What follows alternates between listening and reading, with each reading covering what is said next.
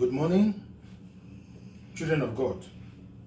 You are blessed and we are happy to share this time with you. It's a privilege to have people like you around. I want to thank God for some time now. We have not been in Africa, but I believe that the grace of God has been able to uphold you. I want to thank God for His grace upon your life. Thank God for your pastor. Thank God for all that you are doing, especially in Abuja, Nigeria. I pray that the Lord will continue to bless you. The Lord will continue to keep you. His right hand will continue to uphold you and make you the people He wants you to be. You are special people and we love you.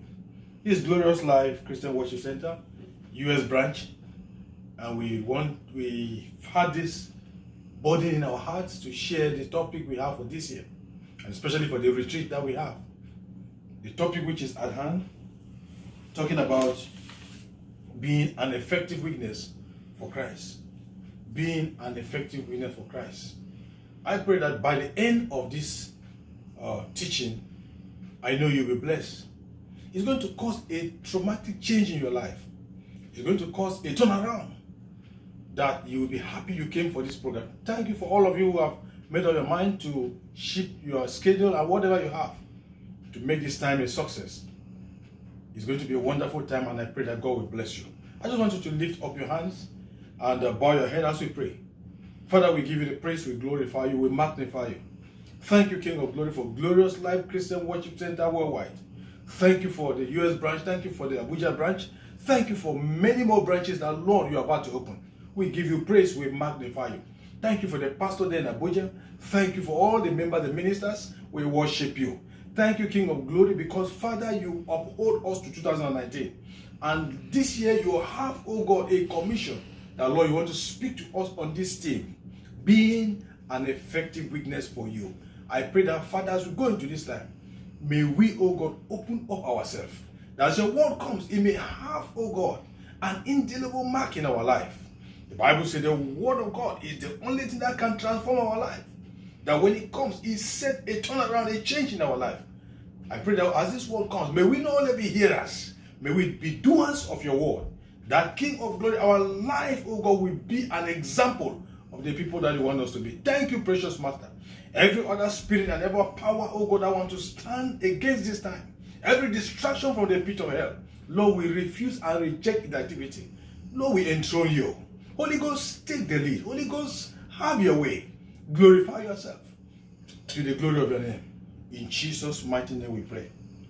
Amen. Praise the name of the Lord. Once more again, you are welcome to Glorious Life Christian Worship Center. It's a privilege. We've been praying and God has laid this burden in us. Especially as I was praying, God laid this burden in me. That the believers in this end time are not focusing on the things He gave them. That the believers at this end time, they are derailing, they are deviating, they are leaving out the mark where He placed them. And so there is a call in heaven for those who will be true witnesses, not just true witnesses, but those who will be effective witnesses for Him. And God is saying, I want people who will be effective. Not just people who are around, not just people who are efficient. No, there's a difference between effectiveness and efficiency. So for you to be efficient in what we are doing, you just do things around. But for you to be effective, you take one after another. So God is calling that we need to reach souls. There are people who are dying, so we need people who are effective, not just efficient. We have a lot of doctors who are efficient, doctors who love their job. But when it comes to practicalizing, they don't want to do it. They just go to the hospital, and we have some doctor friends. Thank God my wife works in the hospital, so we have a lot of doctor friends who, when you call them, they will just say, why are you calling me at this time? He's efficient in his work, but he's not effective because when you call him, he's not there. And so God is looking, when the Bible says God is looking for a man, He's looking for people who are effective. God is looking for people that will do what He wants. In fact, the mandate of God is that when God is not on the planet Earth, God wants to see us carry His own presence while we're on the planet Earth. God wants to see us as small gods on the earth. Praise the name of the Lord. That's why when Jesus looked at it, Jesus told the Father, He said, I am no more in the earth, but these ones are still in the earth. Say, Father, I have lifted them to you. Preserve them. Thank God for that prayer that Jesus prayed. And that's why we are still being alive. No matter where you find yourself, especially if you're a glorious night. I mean, if you're a glorious life worship member, I believe that this message is for you. And for everyone that have come, friends of the ministry, partners of the ministry, I believe that this message is for us at this day and at this time. And I pray that the Lord will bless us in the mighty name of Jesus. Being an effective witness for Christ is what I'm looking at. I want to look at who or what is effectiveness. Why are we talking of effective witness for Christ? Number one, you cannot be a witness for Christ if you're not effective. Number two, if you can be effective and you are not a witness, it doesn't go. So the two must go together. The two must go together. So what is effectiveness? Effectiveness is paying detailed attention to the things that you have given you to do. You become effective because you pay attention to it. For instance, you go to a barber shop. You may not bother. A barber can decide to do whatever he has on your head. You may not bother. A tailor can decide to do whatever he has on your dress. You may not bother. But when it comes to your soul, spiritual things, we bother. But a lot of believers don't bother. And they think that we can just coast around, we can do whatever we want. No, God is calling our attention. That souls are dying. If you go out there, brethren, we here in US, what I'm saying, if you are here, you will know that there is an urgency for this call. There is an urgency for this call. Sometimes we ask the question, but where are all the religions they brought to us? What are all the things they brought, the good things that they brought to us? We are not seeing them. They are all gone. Yet we have in God we trust. But we cannot see the God that they trust. Brother, I'm saying that there is a living God you are serving. You are serving a God that never fails. Don't leave that God. I want to pray that you become effective. I want to pray that you hold it tenaciously so that God can, through you, do what He wants to do. And I believe that God will do it through you. Being an effective person that I say God is looking for. Now we have to tie it to a witness. Somebody who is effective and somebody who is. In Matthew chapter 28, we are told, go into all the nations and preach the gospel. These ones that we hear, they will be baptized. Not just that. We will make them to know God. We make this one to come to Christ. It didn't just say go, it said go to all the nations, to the uttermost part. And God is waiting for people that we go. It's unfortunate that we just keep ourselves just within the church environment. It's unfortunate that some of us, we just flex. I see a lot of people struggling to do a ministry in the town. When people are suffering, do you know that we are close to 6 billion people on the planet Earth? No more 5. We are close to 6 billion. The account we have, I think the last account that was registered is about almost 5.8 billion people in the world. And do you know that out of these people, about 2.5 don't know God. 2.5 have no heard about God. We have close to 1,000 different tribes and nations, but do you know that almost 400 and something have not heard about God? I mean that the gospel have not been preached. They will have almost about 80-something million that the word of God have not been translated to the language that they can understand. So there's an urgent call. But God is looking for people who are effective. I pray that you will be one of such. In the mighty name of Jesus. In 2 Timothy chapter 3, verse 16. I'm going to read 2 Timothy chapter 3, verse 16. I like that passage. 2 Timothy chapter 3, verse 16. 2 Timothy. All right, I'm there. 2 Timothy chapter 3. I want us to pick something from there. Thank you, Jesus. 2 Timothy chapter 3, verse 16. I have 4 different translations, but may I read in King James Version? Verse 16 says, all scripture is given by inspiration of God and is profitable for doctrine, for reproof, for correction, for instruction in righteousness, that the man of God may be perfect, thorough, to furnish all good work. Perfect, thorough. I like that. It says all scripture is given. Now go into all the world. Now there is a foundation, there's a base that is given. But then there's a guideline the Bible has given us. This guideline is given us in 2 Timothy.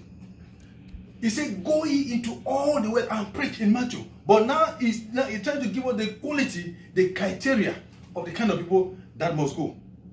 And what is he saying? He said the person that must go, number one, must be complete. Number two, the person must be proficient. Number three, the person must be well fitted. If you read the Bible carefully. Number four, the person must be thorough. So if you're talking of looking at effective Christian, you're looking at somebody, number one, who is complete. A complete Christian is somebody who has given his life to Christ. Sometimes when people are asked, are you sure you are giving your life to Christ? You say, well, I don't know whether I've given my life to Christ. No. At this point, you must know whether you have given your life to Christ. Salvation is not negotiable. We don't negotiate salvation. There's nothing like a small salvation, a big salvation. When you have gotten salvation, it is genuine. That's why we call it genuine salvation. I pray that if you have not gotten it, you better get it. Because you cannot go out there if you have not gotten salvation. In fact, there's an adage that you cannot give what you don't have. It is what you have that you can give. So sometimes we wonder, why are people not doing this? The question is that, why are people not going for evangelism? Why are people not having time for this? The question is that most of them are not saved. Forget about the church activities you see. That's why the Holy Spirit was telling me that a lot of people we look at them as if they're efficient. But when it comes to his work, God is saying, I'm looking for a man. And that's the call for this retreat. I pray that may God find you that man. May God find that man in you that can do the work. The man that is complete, the man that is proficient, the man that is well fitted, and the man that is thorough.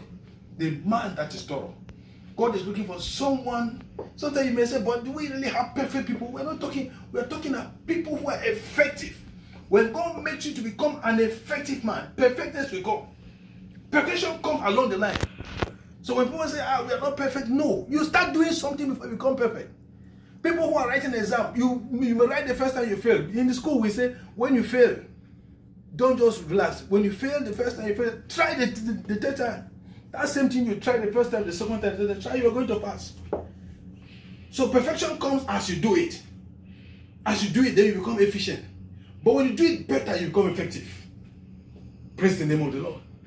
So we are looking at Christians who are effective, not just people who are perfect, not just people who are sufficient. People who are perfect. I pray that the Lord will help us in the mighty name of Jesus. Now, the second thing I want to look at, effectiveness is doing the right thing. Effectiveness is doing the right thing. People can do so many things. Some people have grace to do so many things, but you can't hold them accountable to do one thing. But effectiveness comes when you are doing the right thing. For instance, somebody who is driving on the road and you're going on a speed, 120, 140 on a speed, on a road that you don't know. I think there's a call for caution. You need to ask question, where am I going? You may know the road, but then the speed you are going, do you know the potholes on the road? Those things are important. So if you know them, it makes you to have a perfect drive. You become a perfect driver. But the person who is driving at 80 and is going to the wrong road is also, the person needs to know the road you are going to. So these are the things we are looking at. And I pray that the Lord will help us in the mighty name of Jesus. Our call is that everybody will become effective. Everybody will come to the call, to this clarion call. Now, who is a weakness? Who is a weakness? So we're looking at effective, and then we're looking at weakness. Who is a weakness? Jesus gave a good example of who a weakness is. Luke chapter 26, verse 48. Luke chapter 26. Let's get a good example of a weakness. Jesus says something, and I love the way Jesus put it. Luke, the book of Luke chapter 26. Luke chapter 26. If you are there before me, you wait for me. Luke chapter 26. Praise the name of the Lord. Luke chapter 26. Hallelujah. This is 23. Let's go to the book of Luke chapter 24. In Luke chapter 24, verse 48 says something. Say, you are witnesses of these things, and behold, I am sending forth the promise of my Father upon you.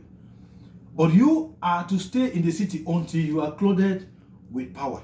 The Bible said, Jesus said, you are my witnesses. He was talking about the disciple. Now, by this time, the disciples have been with him. They understood him. They knew whom Jesus was. Now, a witness is somebody who gives an account of an event, or somebody who can tell a good story about somebody. Somebody who is a witness. Somebody who gives an evidence of what happened. So the Bible says Jesus was talking to the disciples. He said, ye are my witnesses. Why was he saying so? Jesus says so because the disciples have been with him. He corrected them. He taught them. In fact, he showed them what to do, and they understood Jesus. They knew him very well. So when Jesus pointed that you are my witnesses, he's saying that if I'm not here, you can testify what had happened. And that is who a witness is. So if you must be an effective witness, you are somebody who knows what is happening. So there's an entry point, or there's a point of entry for you to become a witness. So after looking at what effectiveness is, now we're looking at who a witness is. Like I earlier said, a witness is the one who is able to give an account for an event that occurred, or you can tell someone about somebody what happened. So the disciples are a good witness if we are to go by this. Praise the name of the Lord. 1 John chapter 1, verse 1 John chapter 1, 1 to 3. 1 John chapter 1, 1 to 3. Let's look at something. Let me get something from 1 John. 1 John chapter 1. Okay, I'm in 1 John. 1 John chapter 1, verse 1 to 3. The Bible says in King James, says, that which from the beginning, which we have heard, which we have seen with our eyes, which we have looked upon, and our hands have handled of the word of life. For the life was manifested, and we have seen it, we have bear witness, we show unto you that eternal life which was with the Father was manifested unto us. This is still the disciples saying. So when Jesus was talking to the disciples, that you are my witnesses, Jesus was correct. Now we can see now in Timothy, in 1 John, we are still getting the same account. John is still giving us the same account. Timothy also gave us an account that Paul also told him. He said, don't just be ye doers of my word, not just that, but that be doing the things that you have heard, the things that I have heard, the things I have shown you. Paul told him that pass it over to others. Here, John is also bringing an account. He's telling us that the things they have heard, thank God John was with Jesus, so he knew what he was saying. He said the things we have heard, the things we have seen, he said we have touched him with our hands. So we can tell you about Jesus. In fact, on the resurrection morning, if you read Matthew, the book of Matthew, the Bible talks about the resurrection morning, especially in Luke. It talks about the resurrection morning. The Bible says in the resurrection morning, what happened? He said that, thank God, just like during this Easter we are talking about, the Bible says that the Mary, Martha, and the rest, and others, they ran to the tomb. They were running with their oil. That let's go and remove our master. We don't want our master to get, because he has been buried. We don't want him to get rotten. We don't want the body to be tampered.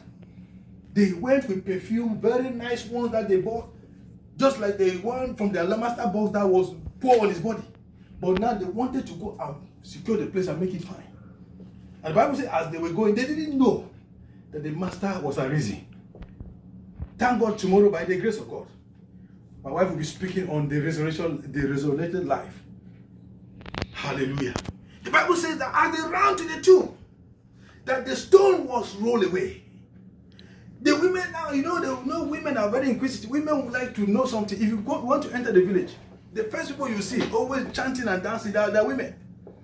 If you look at men, most of them are vigilantes. They are hiding under behind the trees. They don't come out. But women are always open. So they ran to the tomb. When they saw that the place was open, they were afraid. They came back. And the Bible said that Peter and John were also going. But Peter was an old man, so he couldn't run. The Bible said John was a young man. He ran.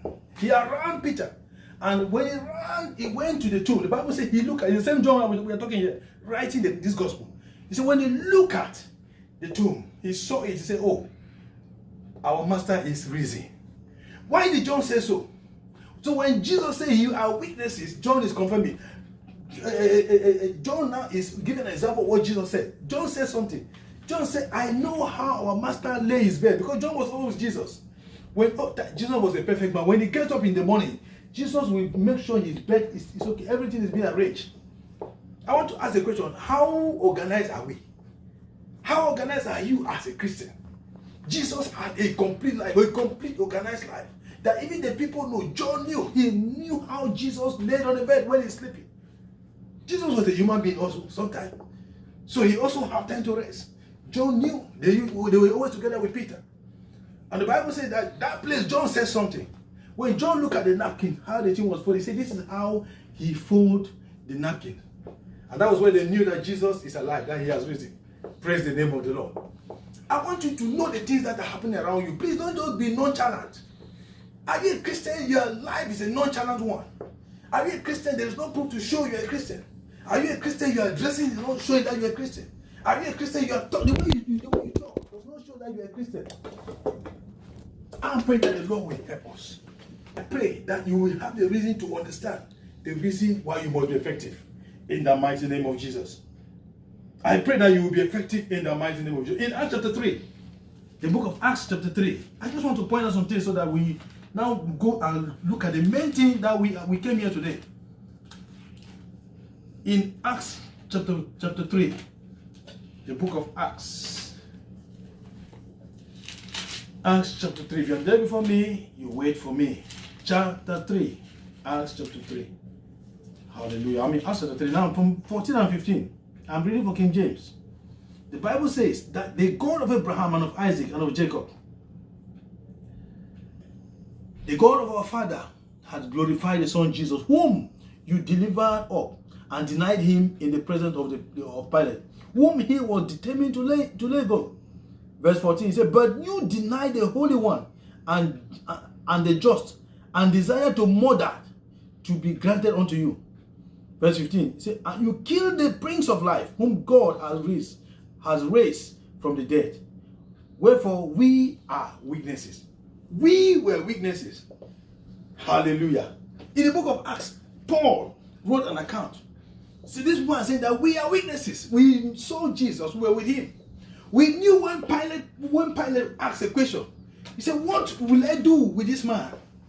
Look at the thieves on the cross. They were all hanging on the cross. These are people who were condemned. They were to be killed. Yet you prefer those thieves on the cross than your own Savior.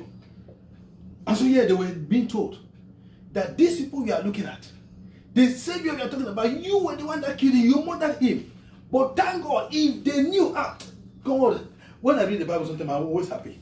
That if they knew or if they know that Jesus died on the cross will liberate man, they wouldn't have done it. The devil himself didn't know that Jesus died will liberate man. He didn't know. He thought when Jesus died, it would be all.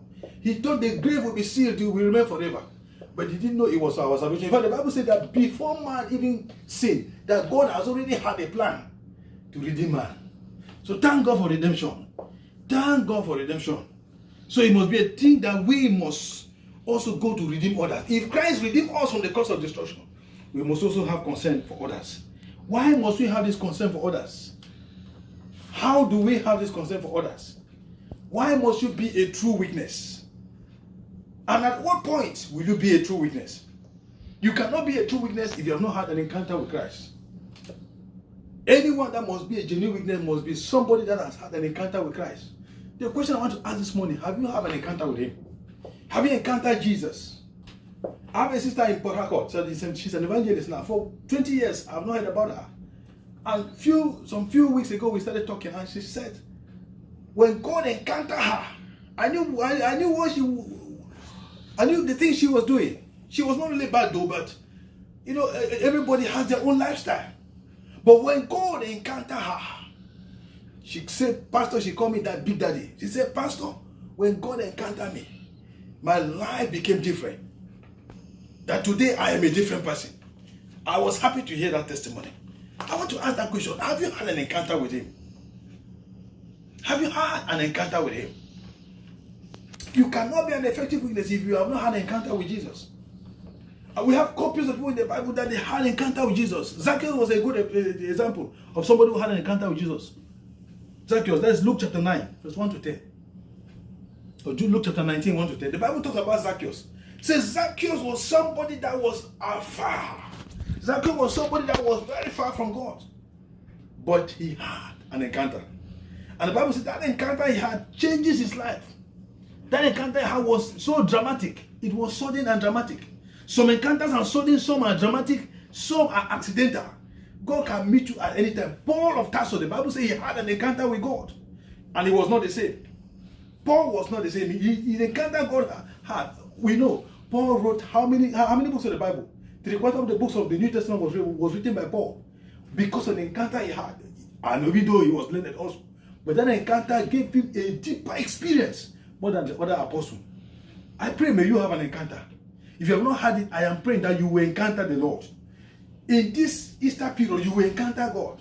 In this meeting that you have come, you will encounter Him. Your life will not be the same. Your life is going to be a changed one. In the mighty name of Jesus. Praise the name of the Lord. Another man who had an encounter was Peter. Acts chapter 2. When you go home, just you can read them. Acts chapter 2 from 22 to 28. The Bible talks about Peter. That Peter had an encounter. Peter had an encounter. Marvel. Pause that please.